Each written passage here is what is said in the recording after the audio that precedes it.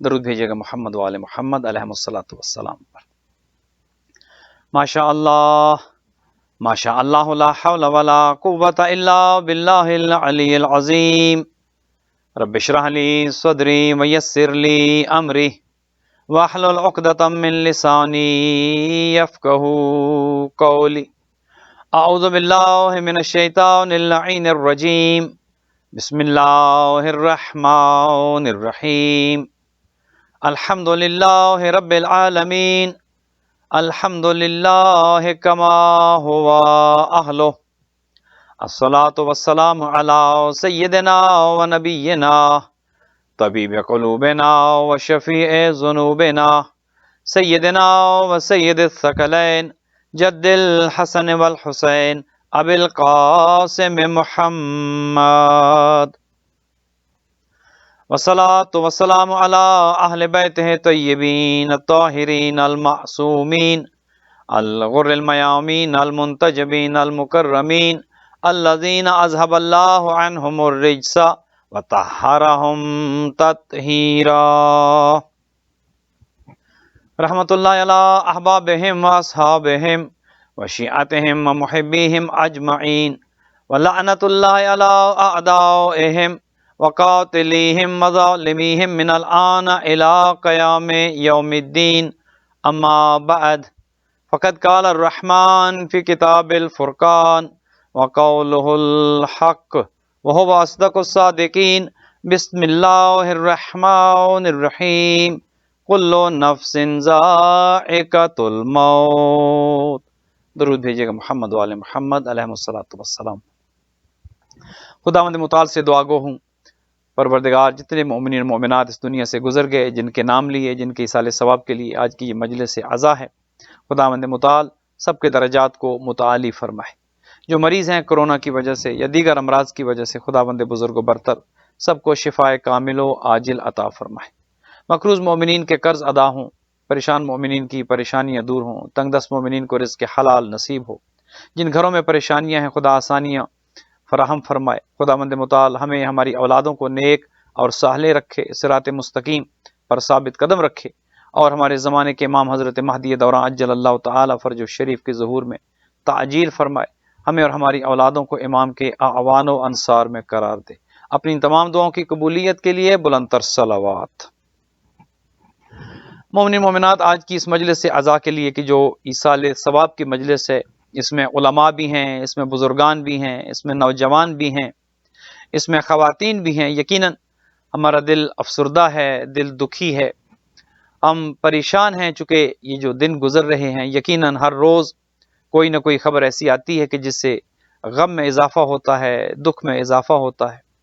خداوند متعال جو بزرگان چلے گئے ان کے درجات کو بلند کرے۔ وہ چلے گئے ہیں، ہم نے بھی چلے جانا ہے، ہمیشہ ہمیشہ کے لیے کوئی پیدا نہیں ہوا، ہمیشہ ہمیشہ کے لیے اللہ نے کسی کو خلق نہیں کیا۔ کل من علیہ فان ویبقی وجہ ربک ذو الجلال والاکرام، ہر چیز نے فنا ہو جانا ہے، ہر چیز کے لیے موت ہے، ہر چیز نے ختم ہو جانا ہے، فقط اللہ سبحانہ و تعالی کی ذات رہے گی۔ کوئی پہلے چلا گیا، کوئی جانے کے لیے تیار بیٹھا ہے، اور کوئی ابھی غافل ہے، وہ یہ نہیں سمجھتا کہ میں نے بھی جانا ہے۔ خدا کرے کہ ہم ان افراد میں سے نہ ہوں کہ جو غافل ہیں، جنہیں پتہ نہیں، جو تیار نہیں ہیں، جو آمادہ نہیں ہیں۔ یقیناً انسان کو اس کی زندگی کا بالکل بھروسہ نہیں ہے، ایک لمحے کی خبر نہیں ہے اگلے لمحے کیا ہونے والا ہے۔ اور کرونا نے تو بہت سی چیزوں کو آشکار کر دیا ہے، بہت سی چیزیں کہ جو کل تک پوشیدہ تھیں آج واضح ہو چکی ہیں۔ کل تک انسان یہ سوچتا تھا کہ طویل عمر پائیں گے، جوانی ہے، پھر اس کے بعد بڑھاپا آئے گا، اور بڑھاپے کے بعد کہیں موت آئے گی، لیکن آج کل کرونا کی وجہ سے کتنے ایسے نوجوان ہیں کہ جو اس دنیا سے جا رہے ہیں، کتنے ایسے بزرگان ہیں، کتنے ایسے علماء ہیں کہ جو مسلسل ایک راستہ، ایک ایسا سلسلہ جاری و ساری ہے کہ جو اس راستے پر سب جا رہے ہیں، اور ہم نے بھی جانا ہے۔ اس میں کوئی شک نہیں ہے کہ ہر ذی روح نے اس دنیا سے جانا ہے، اس کے لیے موت ہے۔ اب سوال یہ پیدا ہوتا ہے کہ انسان جب اس دنیا سے جائے تو جاتے ہوئے کیسا ہونا چاہیے؟ انسان جب اس دنیا سے جا رہا ہو تو اس کو کیسا ہونا چاہیے؟ جاہل جائے یا عالم جائے، پڑھا لکھا ہو کر جائے یا جہالت کو ساتھ لے کر جائے، اس دنیا میں نیکیاں کما کر جائے یا اپنا دامن خالی لے کر چلا جائے،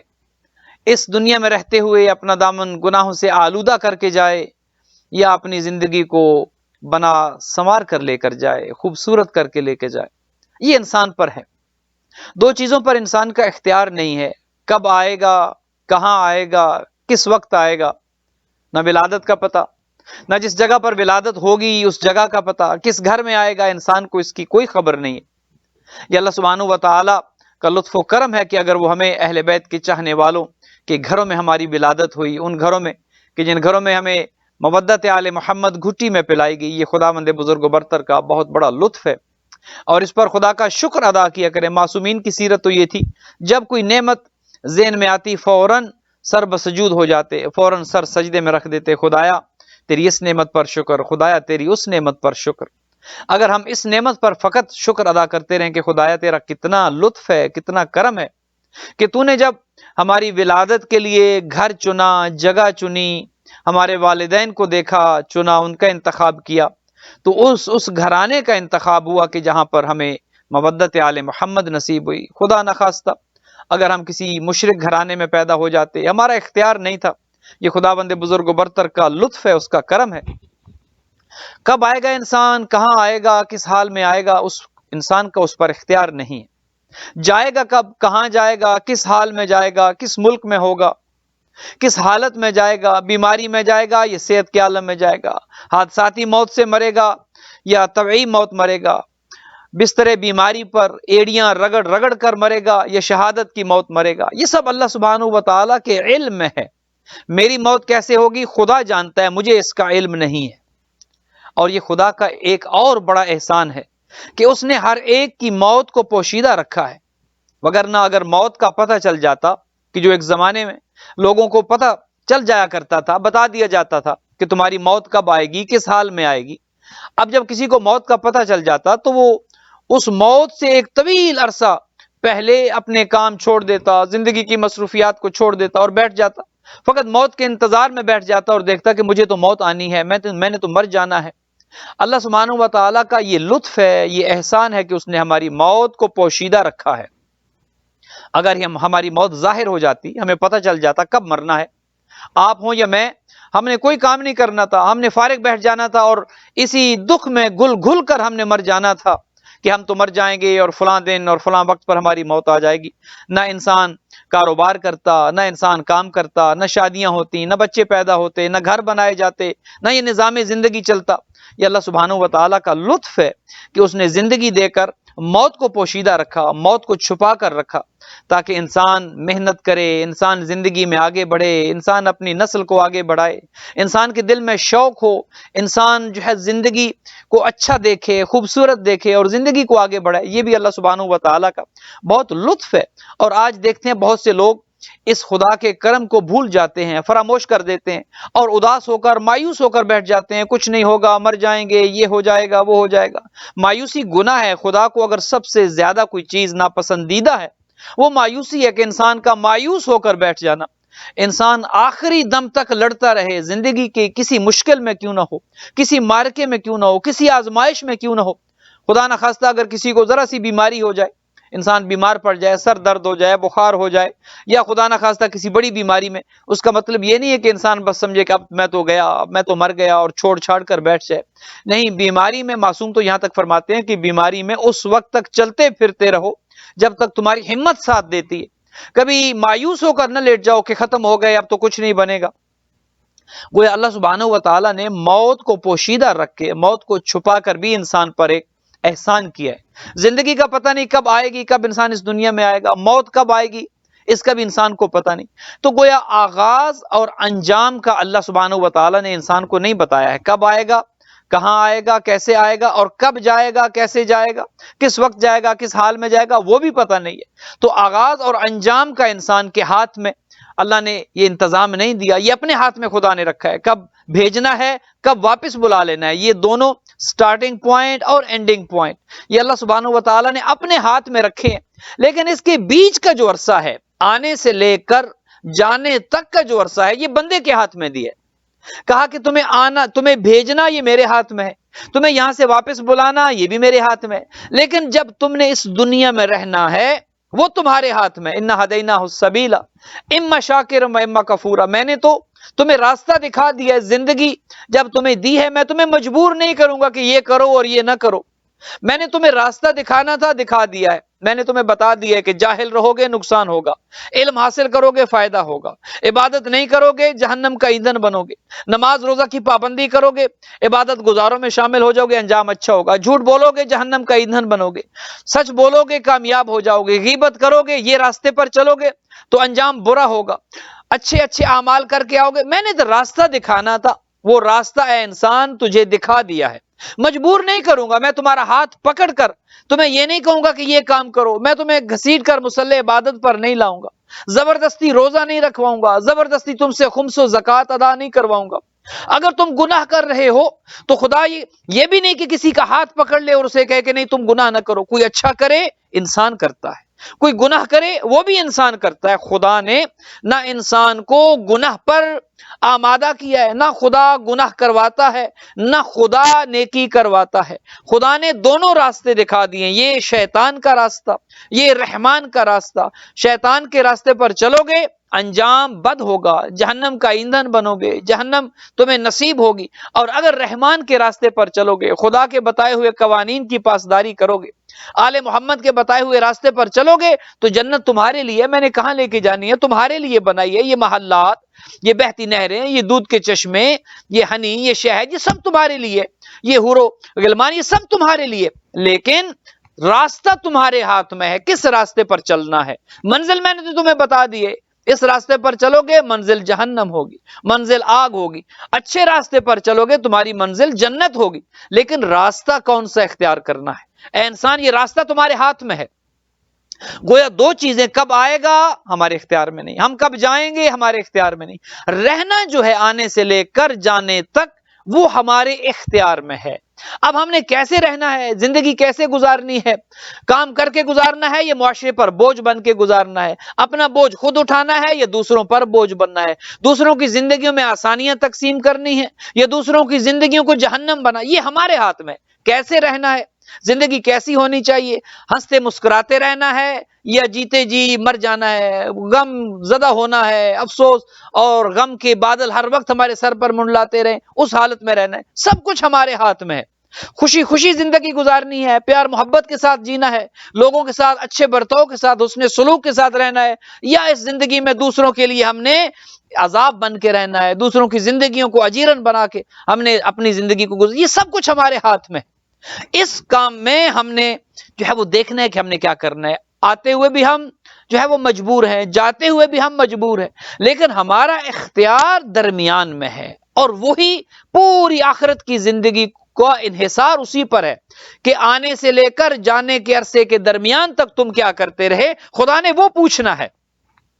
کہ تمہیں جو زندگی دی گئی، اتنی زندگی تمہارے پاس تھی، تم نے اس زندگی میں کیا کیا، ایک بنیادی چیز کی جو انسان کے لیے، ہر انسان کے لیے واجب قرار دی گئی، فرض قرار دی گئی، وہ ہے طلب علم، طلب العلم فریضۃ علی کل مسلم والمسلمہ، ہر مسلمان مرد اور عورت پر علم کا حاصل کرنا واجب قرار دیا، کہا کہ تم زندہ ہو، تمہیں زندگی دی گئی ہے، علم میں نے بتا دیا ہے کہ تمہارے لیے واجب ہے، فریضہ ہے، لہٰذا جب دنیا سے جاؤ تو جاہل نہ جانا، جاہل بن کر دنیا سے نہ گزر جانا، جاہل بن کر زندگی نہ گزار دینا، ساری زندگی جہالت پر نہ گزار دینا، بلکہ زندگی گزارنے کے لیے علم حاصل کرنا، خدا کی معرفت کے لیے علم حاصل کرنا، اہل بیت کی معرفت کے لیے علم حاصل کرنا، اور اسی لیے کہا کہ تفقہوا فی الدین والا انتم اعراب، دین کا علم حاصل کرو، علم حاصل کرو، اگر نہیں کرتے تو تم ایک جانور ہو، ایک وحشی جانور ہو، پھر کہا کہ هل یستوی الذین یعلمون والذین لا یعلمون،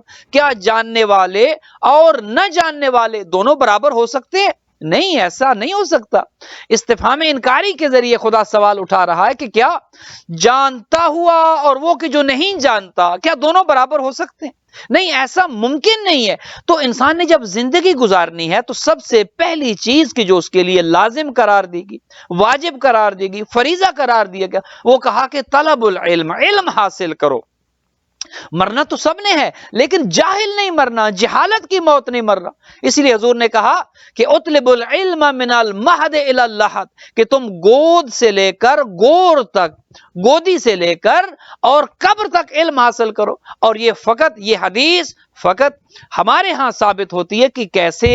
گود سے لے کر گور تک، قبر تک علم حاصل کریں۔ کسی کے ہاں یہ حدیث صحیح ثابت نہیں ہوتی۔ ہاں آپ یہ تو کہہ سکتے ہیں کہ گود سے لے کر، جھولی سے لے کر، آغوش مادر سے لے کر، وہ تو بات سمجھ آتی ہے کہ ایک ماں اپنے بچے کو کچھ نہ کچھ سکھاتی ہے، کچھ نہ کچھ تربیت کرتی ہے۔ وہ بچہ سمجھ سکتا ہے یا نہیں سمجھ سکتا، ماں اس کو کچھ نہ کچھ جو ہے وہ تعلیم دیتی ہے۔ لیکن قبر میں کیسے علم حاصل کرے؟ وہ تو زندگی اس کی ختم ہو چکی ہے، انسان تو مر چکا ہے، اب تو اس کی زندگی کا خاتمہ ہو چکا ہے۔ قبر میں کیسے علم حاصل کرے؟ حضور تو یہ کہتے ہیں کہ آغوش مادر سے لے کر قبر تک، ایک آغوش سے لے کر دوسری آغوش تک کہ جہاں پر تم نے ہمیشہ ہمیشہ کے لیے رہنا ہے، علم حاصل کرو۔ اب یہ حدیث کیسے سمجھ آئے؟ یہ حدیث فقط مکتب جعفریہ کے ہاں یہ حدیث ثابت ہوتی ہے کہ گود سے لے کر پوری زندگی میں علم حاصل کرو، اور جب قبر میں تجھے لٹا دیا جاتا ہے تو تجھے پھر بھی کہا جاتا ہے تمہارے شانوں کو ہلا کر اسما افہم، کہ سنو بھی صحیح، سمجھو بھی صحیح۔ گویا ہم فقط مکتب جعفریہ ہے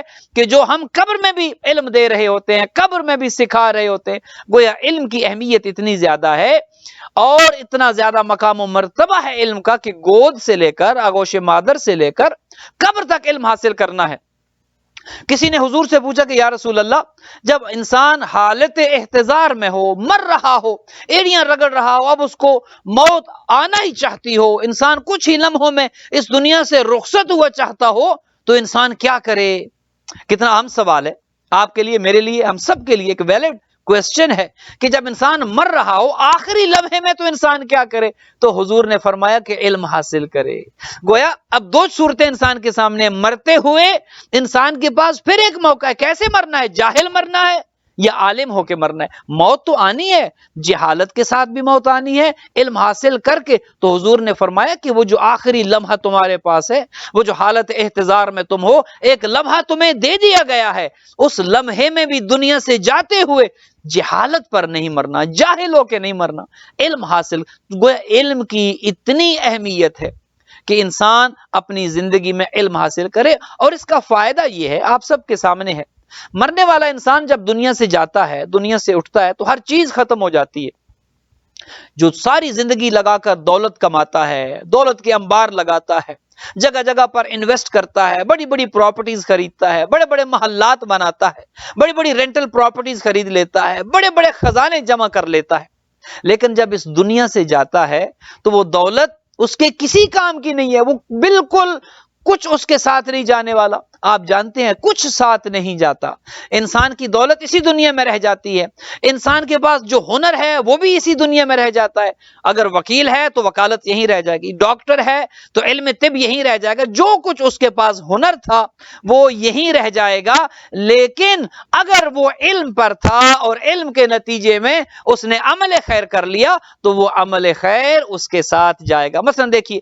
جن علماء کے لیے ہم نے نام لیا کہ جن کے ایصال ثواب کے لیے مجلس ہے، وہ دنیا سے چلے گئے، آج وہ دنیا میں موجود نہیں ہیں، لیکن باوجود اس کے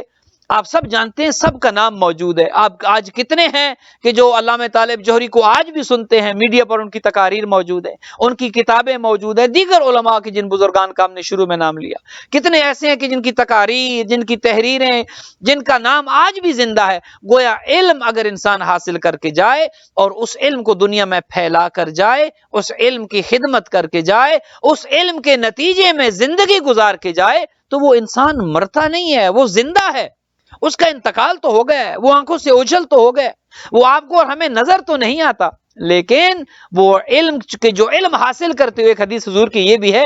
کہ جو علم حاصل کرتے ہوئے مرتا ہے وہ شہید کی موت مرتا ہے۔ ویسے تو من مات علی حب آل محمد مات شہیدا، جو محبت آل محمد پر مرتا ہے وہ شہادت کی موت مرتا ہے۔ من مات علی حب آل محمد مات تائبا، جو آل محمد کی محبت پر مرتا ہے وہ تائب ہو کر مرتا ہے۔ گویا جو آل محمد کی محبت پر اس دنیا سے جائے گا اس کی توبہ خدا قبول کر لے گا، وہ تائب ہو کر مرے گا۔ من مات علی حب آل محمد مات مغفورا، جو آل محمد کی محبت پر مرتا ہے وہ اس حالت میں مرتا ہے کہ اس کے سارے گناہ خدا معاف کر دیتا ہے۔ اور جب آل محمد کی محبت پر انسان اس دنیا سے جاتا ہے تو خدا اس کی قبر میں 2 دروازے کھول دیتا ہے، فوتح لہ بابان الی الجنہ، 2 دروازے اس کی قبر میں کھل جاتے ہیں جنت کی طرف۔ ہم تو یہ سمجھتے ہیں کہ وہ ایک تنگ اور تاریک کوٹھڑی ہے، لیکن جو آل محمد کی محبت پر علم حاصل کرتے ہوئے، اعمال صالح بجا لاتے ہوئے اس دنیا سے رخصت ہوتا ہے، خدا اس علم کے نتیجے میں جو اس نے عمل کیا ہے، اس محبت کے نتیجے میں جو اس کے دل میں آل محمد کی ہے، خدا اس کی قبر کو وہ تنگ اور تاریک کوٹھڑی نہیں بناتا، پھر اس کی قبر میں 2 دروازے کھل جاتے ہیں اور جنت کی طرف کھل جاتے ہیں، گویا اس کو باغ نظر آنا شروع ہو جاتے ہیں، باغیچے نظر آنا شروع ہو جاتے ہیں، اس کی اس کی قبر جنت کے باغوں میں سے باغ بن جاتی ہے، اور اسے کہا جاتا ہے کہ دیکھو اب یہ تمہاری برزخ ہے، یہاں تم نے رہنا ہے، جسم وہاں رہے گا، روح کو عالم برزخ میں لے جایا جاتا ہے۔ تو عرض آپ کی خدمت میں یہ کر رہا تھا کہ جب انسان نے اس دنیا سے جانا ہے اور وہ یہ جانتا ہے کہ اس دنیا سے جو کچھ بھی وہ کمائے گا ساتھ کچھ نہیں لے کے جانے والا، سب کچھ اسی دنیا میں رہ جانے والا ہے، تو پھر انسان کے لیے ضروری ہے کہ اس چیز کا اہتمام کرے کہ جو اس کے ساتھ جائے، جو ذخیرہ آخرت ہو وہ کر کے جائے۔ کہ جو اب دیکھیے مثلا آپ اگر یہاں سے جا رہے ہیں کسی دوسرے ملک جا رہے ہیں، مثلا آپ یہاں سے پاکستان جا رہے ہیں یا ہندوستان جا رہے ہیں، تو آپ اس ملک جاتے ہوئے اس ملک کی کرنسی لے کر جائیں گے۔ آپ نے اگر راستے میں کسی ملک میں رکنا ہے، 2-4 دن اگر آپ نے کسی ملک میں سٹے کرنا ہے، لے اوور کرنا ہے، تو آپ اس ملک کی کرنسی ساتھ رکھیں گے کہ میں نے 3 دن وہاں رکنا ہے، مجھے وہاں کی کرنسی چاہیے، میں نے وہاں پر کچھ خریدنا ہے، مجھے وہاں کے لیے چاہیے۔ تو عقل مند انسان وہی ہوتا ہے کہ جو جہاں جا رہا ہے وہاں کی ضروریات کو مد نظر رکھتے ہیں، وہاں پر کیا چلے گا، وہاں پر کیا مجھے چیز کام آئے گی، وہاں پر میری ضرورت کیا ہے۔ لہٰذا جس دنیا میں ہم نے جانا ہے اس دنیا کی بھی کچھ ضرورتیں ہیں، اس دنیا میں بھی ہمیں کچھ چاہیے۔ کیا چاہیے؟ خدا کرے ہم اس طرف متوجہ ہو جائیں۔ ہم یہ سمجھتے ہیں کہ یہ ڈالر، یہ پاؤنڈ، کہ جنہیں ہم کہتے ہیں dollar and pound, safe and sound, آج کل تو خیر وہ بھی سیف اینڈ ساؤنڈ نہیں رہے۔ آج کل نہ ڈالر بچا سکتا ہے، نہ پاؤنڈ بچا سکتا ہے، نہ انسان کو سائنس بچا رہی، کچھ نہیں بچا رہا۔ آج کل تو انسان کا ہر ایک پر سے ایمان اٹھ چکا ہے، ہر ایک پر سے یقین اٹھ چکا ہے، انسان ہر ایک سے گویا مایوس ہو کر رہ گیا ہے۔ تو یہ وقت ہے انسان خدا کے ساتھ اپنی امید کو وابستہ کرے، یہ وقت ہے انسان خدا کے ساتھ اپنے رابطے کو استوار کرے۔ جب پتہ چل گیا ایسی دنیا میں کہ پیسہ نہیں بچا سکتا، اولاد نہیں بچا سکتی، مجبور ہے، پیسہ بھی کوئی مدد نہیں کر سکتا، میری اولاد بھی کوئی مدد نہیں کر سکتی، دوست احباب بھی کوئی مدد نہیں کر سکتے، میرے بزنسز، میری پراپرٹیز، میری تو کوئی کام نہیں آنے والا۔ جب انسان کو یہ سمجھ آ جائے تو پھر انسان اس چیز کے لیے کیوں نہ کام کرے کہ جس نے اس کو قبر میں بھی کام آنا ہے، جس نے اس کو برزخ میں بھی کام آنا ہے، جس چیز نے پل صراط پر بھی اس کا ساتھ دینا ہے، اور جو پورے منازل طے کرتے ہوئے انسان کے ساتھ ساتھ رہے گی، میزان پر بھی کام آئے گی، جنت کے دروازے پر بھی کام آئے گی۔ انسان اس کے لیے عمل کیوں نہ کرے؟ آپ اور میں جو زندہ ہیں خدا نے ہمیں موقع دیا، اور نہیں نہ آپ جانتے ہیں کہ آپ نے کب جانا ہے، نہ میں جانتا ہوں، لیکن خدا کرے کہ ہم متوجہ ضرور ہوں، ہم کم از کم تیار ضرور بیٹھے ہوں، کہیں ایسا نہ ہو کہ بلاوا آ جائے اور نہ آپ تیار ہوں اور نہ میں، اور جب ہم کہیں گے کہ ہم تو ابھی تیار ہی نہیں ہیں، ہم نے تو ابھی کچھ کیے ہی نہیں ہے، ہم تو جانے کے لیے آمادہ ہی نہیں ہے، تو یہ امید نہ رکھیں کہ ہمیں کہا جائے گا اچھا کوئی بات نہیں 2 دن اور لے لو، یا 4 دن اور لے لو، یا 1 ہفتہ اور لے لو، یا ہم کہیں گے کہ ہم اپنا یہ سارے چھوٹے موٹے کام کر لیں، یہ فلاں کا قرض دینا ہے وہ دے لیں، فلاں کا دل دکھایا ہے اس کو راضی کر لیں، فلاں کی غیبت کی ہے ذرا اس کو راضی کر لیں، فلاں کا ہم نے مال کھایا ہے اس کو واپس کر لیں، 2 دن دے دیں، ہم اپنا کوئی کام نہیں کریں گے، جو واجبات ہیں، جو حقوق ہیں فقط وہ ادا کر لیں۔ اے ملک الموت 1 دن دے دے، 1 گھنٹہ دے دے، لیکن 1 گھنٹہ تو کیا 1 منٹ نہیں ملے گا، 1 منٹ تو کیا 1 سیکنڈ نہیں ملے گا۔ تو جب ہم یہ جانتے ہیں کہ دینے والے نے 1 سیکنڈ بھی ہمیں نہیں دینا، جب وہ آ جائے گا لینے کے لیے تو ہم یہ نہیں کہیں گے، اب جیسے ہمیں یہاں پر اگر کوئی لینے آ جائے، کوئی کہے کہ اچھا 5 بجے تیار رہیے گا میں آپ کو لینے آؤں گا، تو آپ اگر 5-10 منٹ اوپر نیچے ہو جائیں تو وہ باہر انتظار کر لیتا ہے، وہ گاڑی میں بیٹھ جاتے ہیں، وہ آپ کے گھر آ کر انتظار کر لیتے ہیں کہ چلیں آپ کو تیار ہونے میں 5-10 منٹ ابھی لگ رہے ہیں۔ ملک الموت ایسا نہیں ہے، وہ نہ گھر کے باہر انتظار کرے گا، وہ فقط 1 دروازہ تھا کہ جس دروازے کے باہر اس نے انتظار کیا۔ کائنات میں کسی دروازے پر ملک الموت نہ انتظار کرتا ہے نہ اس نے کیا ہے، آدم سے لے کر حضرت خاتم تک، اور حضرت خاتم سے لے کر تا دم حضرت ملک الموت اسرائیل نے کسی دروازے پر انتظار نہیں کیا، مگر ایک دروازہ تھا کہ جو دروازے زہرا تھا وہاں پر ملک الموت رک گیا تھا۔ آپ کے اور میری دروازے پر نہیں رکنے والا، آپ کی اور میری حیثیت کیا ہے؟ لہٰذا جب وہ آئے گا تو ہم تیار ہوں گے یا ہم تیار نہیں ہوں گے، ہم آمادہ ہوں گے یا نہیں ہوں گے، اس نے ہمیں لے کر جانا ہے۔ اور دو چیزیں ہیں، ایک ہے انسان کا جانا اور ایک ہے لے جایا جانا۔ جانا تو ہے، اس میں کوئی شک نہیں ہے کہ آپ نے، میں نے، ہم سب نے، کوئی پہلے کوئی بعد میں، کوئی آج کوئی کل، سب نے جانا ہے۔ لیکن دو چیزیں ہیں، ایک ہے اپنی مرضی سے جانا اور ایک ہے کسی کا آ کر زبردستی کھینچ کر لے کر جانا۔ اب سوچئے کہ ہم نے کیسے کرنا ہے، کیسے جانا ہے؟ کیا جب آ جائے اور کہے ملک الموت کہ آپ آ جاؤ تمہارا نمبر ہے، کیا میں جانے کے لیے تیار ہوں؟ یا کہیں ایسا ہوگا کہ وہ مجھے کھینچ کر گھسیٹ کر لے جائے گا؟ لے کر تو اس نے جانا ہے۔ آپ یہ بھول جائیں کہ یہ دولت مجھے بچا لے گی، آپ یہ بھول جائیں کہ میرے بچے مجھے روک لیں گے اور اسرائیل سے کہیں گے کہ چھوڑ دو ہمارے بابا، ہمارے باپ کو نہ جانے دو، ہمیں ان کی بڑی سخت ضرورت ہے۔ وہ نہ دیکھتا ہے کہ بچے یتیم ہو جائیں گے، نہ وہ یہ دیکھتا ہے کہ باپ کا سایہ اٹھ رہا ہے، بچوں کا کیا ہوگا، نہ وہ یہ دیکھتا ہے کہ ماں کو لے کر جا رہا ہوں، بچے مر جائیں گے۔ وہ جب وقت آتا ہے تو اسے جو حکم ہے اس نے کرنا ہے۔ ملک الموت حکم کا پابند ہے۔ دریا میں، سمندر میں، پانی میں ایک ماں نے ایک بچے کو جنم دیا، ابھی وہ بچہ کچھ لمحے پہلے پیدا ہوا، خدا نے ملک الموت سے کہا کہ اے ملک الموت جاؤ اس کی ماں کی روح قبض کر لو۔ کہا خدایا اس بچے کا کیا ہوگا؟ اگر میں نے اس کی ماں کی روح قبض کر لی تو یہ پانی میں، یہ لہروں پر یہ بچہ تو ڈوب جائے گا، اس بچے کا کیا ہوگا؟ اگر اس کی ماں کو میں نے جس تختے پر یہ ماں اور بیٹا تیرتے ہوئے جا رہے ہیں، اگر اس کی ماں نہیں رہے گی تو یہ کوئی جانور اسے کھا سکتا ہے، کوئی سمندری مخلوق اسے نگل سکتی ہے، یہ پانی میں گر، کیا ہوگا؟ کہا یہ میرا حکم ہے نا کہ تم اس کی روح قبض کر لو، جو اس بچے کو بھیج سکتا ہے وہ اس بچے کو بچا بھی سکتا ہے۔ حضرت اسرائیل آئے اور آ کر ماں کی روح کو قبض کر لیا۔ اب وہ اکیلا بچہ ہے، خدا نے اسے بچانا تھا، کیونکہ یہ اس کا نظام ہے۔ آپ یہ نہ کہیں کہ ہم چلے گئے تو بچوں کا کیا ہوگا، ہم نہیں تھے تو کیا ہوا، ہم نہیں ہوں گے تو کچھ نہیں ہوگا۔ آپ کے اور میرے چلے جانے سے کوئی قیامت نہیں آ جائے گی، لہٰذا آپ نے اور میں نے اپنی تیاری کرنی ہے۔ اکثر جو ہے وہ ہم اس غم میں جو ہے وہ مر رہے ہوتے ہیں کہ ہم چلے جائیں گے تو کیا، کوئی قیامت نہیں ہے، جو چلے گئے ان کے جانے سے کیا ہو گیا؟ کیا زندگی رک گئی ہے؟ کیا دنیا ختم ہو گئی ہے؟ کیا قیامت آ گئی ہے؟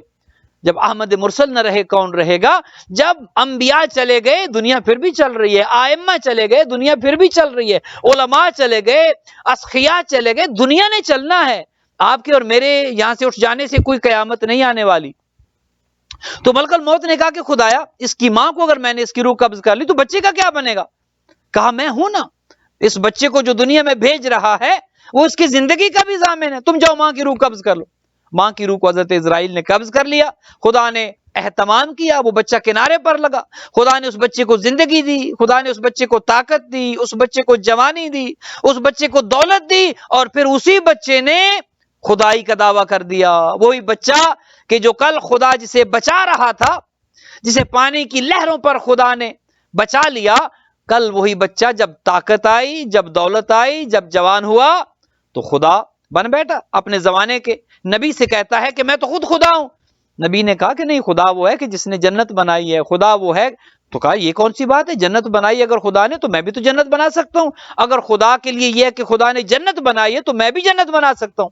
تو شداد نے اپنی جنت خود بنائی، جو کچھ اس نے سنا تھا کہ جنت میں یہ ہے، اس نے دودھ اور شہد کی نہریں جاری کر دی، اور سب کچھ جو کچھ جنت میں اس نے سنا، وہ جو کچھ کر سکتا تھا اس نے اسی دنیا میں جنت بنائی۔ اور جب اس جنت کو دیکھنے کے لیے جا رہا تھا تو حکم ہوا کہ اے ملک الموت جاؤ اس کی روح قبض کر لو۔ کہا خدایا اس نے اتنی زندگی صرف کر دی، پوری زندگی کا مال و اسباب اس نے صرف کر دیا اس جنت پر، ابھی تو یہ دیکھ بھی نہیں چکا، ابھی تو اس نے دیکھی نہیں ہے وہ جنت، ایک پاؤں اندر ہے ایک پاؤں باہر ہے، سواری پر ہے۔ کہا جاؤ اس کی روح قبض کر لو۔ جب حضرت اسرائیل حکم کی پابندی کے لیے جب وہاں سے تشریف لا رہے تو خدا نے کہا کہ اے اسرائیل جانتے ہو یہ کون ہے؟ یہ وہی بچہ ہے کہ جس کی ماں کی روح کو میں نے قبض کیا تھا، اور تو کہہ رہے تھے کہ یہ کون ہے اور کیسے بچے گا اور کیا ہوگا، اس کو بچایا بھی میں، اور آج اس نے ہی خدائی کا دعویٰ کر دیا ہے۔ تو عرض یہ کر رہا تھا کہ خدا ہی زندگی دیتا ہے، خدا ہی موت دیتا ہے، لیکن افسوس یہ ہے کہ ہم اس زندگی میں گویا العیاذ باللہ خدا بن بیٹھتے ہیں۔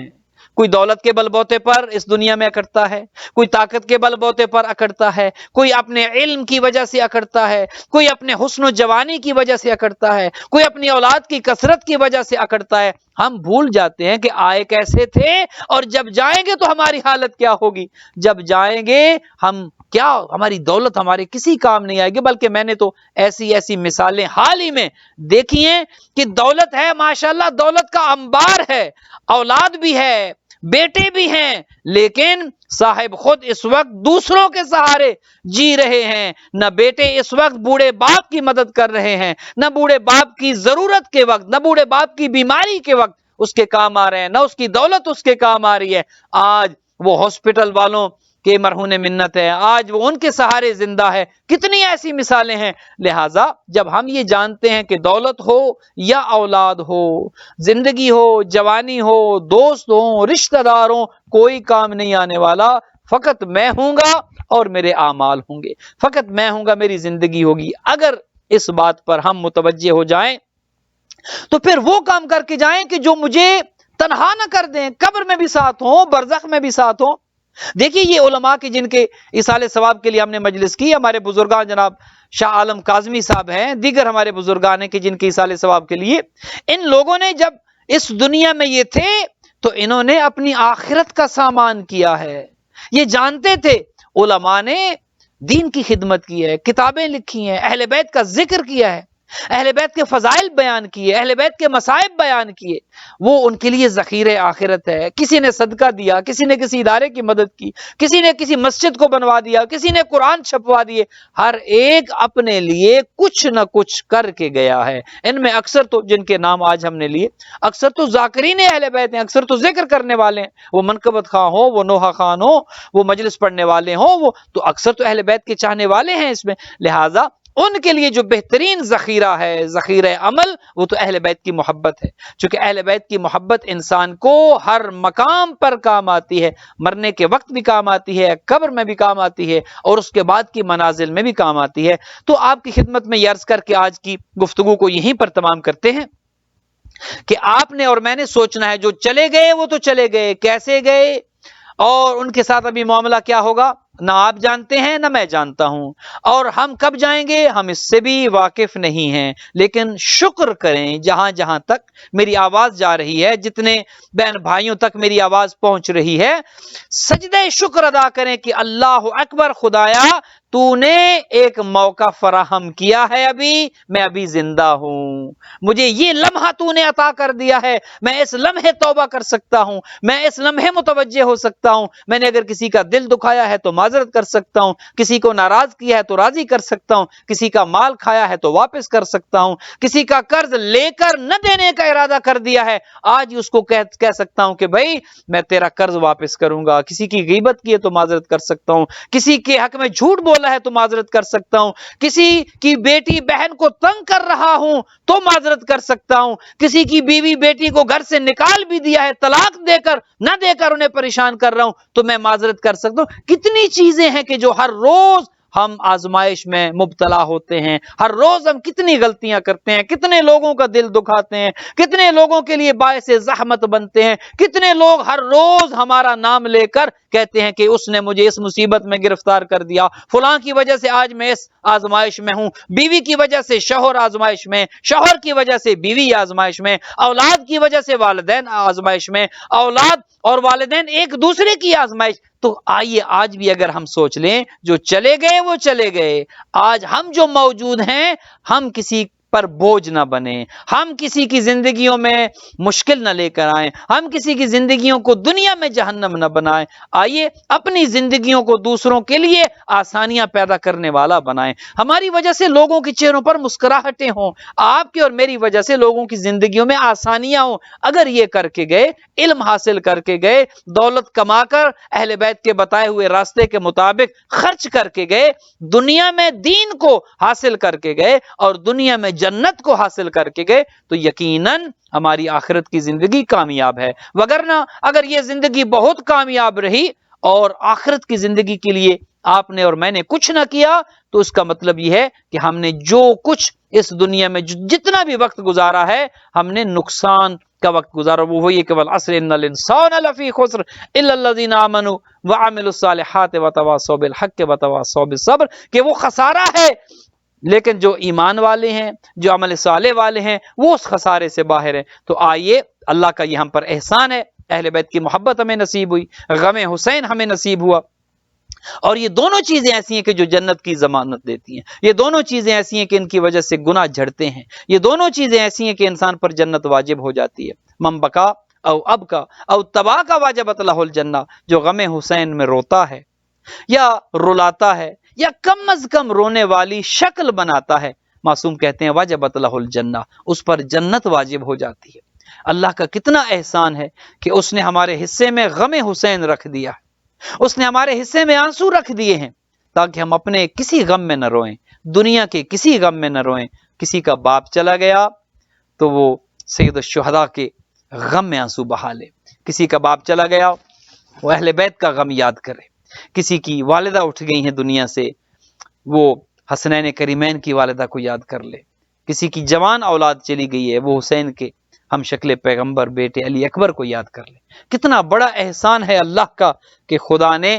یہ اہل بیت، یہ ذوات مقدسہ ہمارے سامنے رکھے ہیں، اور ان کی محبت دنیا میں بھی ہمارے لیے کامیابی ہے اور آخرت میں بھی کامیابی ہے۔ میں آپ سب کو پرسہ دیتے ہوئے،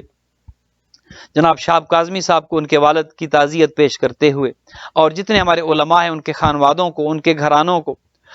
پرسہ دیتے ہوئے، تعزیت کرتے ہوئے، میں ایک بات عرض کروں گا کہ دیکھیے، آپ کا باپ دنیا سے چلا گیا، آپ کا بھائی چلا گیا، کسی کا بیٹا چلا گیا، کسی کی بہن ماں چلی گئی، لیکن آپ نے ان پر گریہ کیا ہے، آپ نے اپنے باپ، اپنے بھائی، اپنے عزیز کو اپنے ہاتھوں سے رخصت کیا ہے۔ آپ کو کوئی منع نہیں کرنے والا تھا کہ آپ رو نہیں سکتے، آپ کو کوئی منع نہیں کرنے والا تھا کہ آپ دفنا نہیں سکتے، آپ کو کسی نے نہیں کہا کہ کفن پہنا نہیں سکتے۔ کتنے خوش نصیب ہیں آپ، اپنے چاہنے والوں کو اپنے ہاتھوں سے آپ نے قبر میں اتارا ہے، آپ نے ان پر گریہ کیا، لوگ آئے آپ کو تعزیت پیش کی، کسی نے آپ کو میسج کیا، کسی نے آپ کو فون کیا اور لوگوں نے تعزیت پیش کی۔ لیکن آئیے ذرا کربلا میں، کیا کربلا والوں کے ساتھ بھی ایسا ہی تھا؟ کیا جس ماں کا جوان بیٹا شہید ہوا اس ماں کو کسی نے پرسہ دیا؟ کیا جس بہن کا حسین جیسا بھائی شہید ہو گیا، کیا اس بہن کو کسی نے کہا کہ اے زینب تیرے بھائی کا بہت دکھ ہے؟ کیا کسی نے عباس کا پرسہ دیا؟ کیا کسی نے انہوں محمد کی تعزیت پیش کی؟ نہیں، کوئی ایسا نہیں تھا، بلکہ اگر پرسہ نہ دیتے تو شاید قابل برداشت تھا، لیکن حد تو یہ ہے کہ اگر بیٹی باپ کے لاشے کے ساتھ چمٹ جاتی ہے، اگر سکینہ کو بابا کا سینہ اتنا یاد آتا ہے کہ بچی بابا کے لاشے کے ساتھ لپٹ جاتی ہے، ایک ظالم آتا ہے اور ظلم سے بچی کو جدا کرتا ہے، اگر بہن بھائی کی جنازے کے ساتھ لپٹ جاتی ہے اور مدینہ کی طرف منہ کر کے کہتی ہے یا جدہ صلی اللہ علیہ ملیک السما ھذا حسین بالعراء، اے نانا آپ پر تو آسمان کے فرشتے رحمتیں بھیجتے ہیں، درود و سلام بھیجتے ہیں، نانا ذرا کربلا آئیے، یہ آپ کا بیٹا حسین کربلا کی تپتی ریت پر کہ جس کا لباس اتار لیا گیا، جس کے جسم کے ٹکڑے ٹکڑے کر دیے گئے، نانا تیری بیٹیوں کو قیدی بنا لیا گیا۔ بہن یہ بہن کرتی دو بہن تو بی بی نے ایسے کیے، عزادارو پتھر کا جگر بھی ہوتا تو پاش پاش ہو جاتا۔ بی بی نے دو بہن ایسے کیے، بھائی اپنے بھیا کے لاشے کو جب دیکھا، ایک بہن کہا بھیا حسین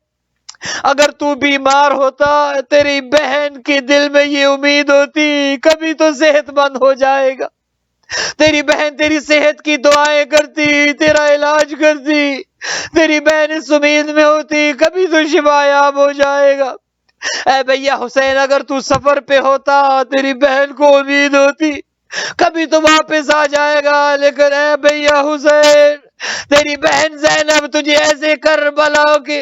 اس صحرا میں اس تپتی ریت پر تیرا لاشا ایسی حالت میں چھوڑ کر جا رہی ہے۔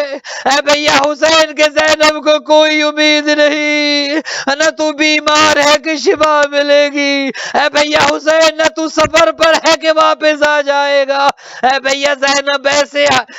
عالم میں ایسی حالت میں جا رہی ہے، اب تیری واپسی کی کوئی امید نہیں ہے۔ اب زینب ہوگی اور تنہائی ہوگی، اب زینب ہوگی اور تازیانے ہوں گے، اب زینب ہوگی اور بیویوں کے ننگے سر ہوں گے، اب زینب ہوگی سکینہ کا زخمی چہرہ ہوگا، اب زینب ہوگی سید سجاد کی پشت ہوگی، اب زینب ہوگی اور علی اصغر کا سوکھا گلا ہوگا۔ الا لعنت اللہ علی القوم الظالمین وسیعلم الذین ظلموا ای منقلب ینقلبون۔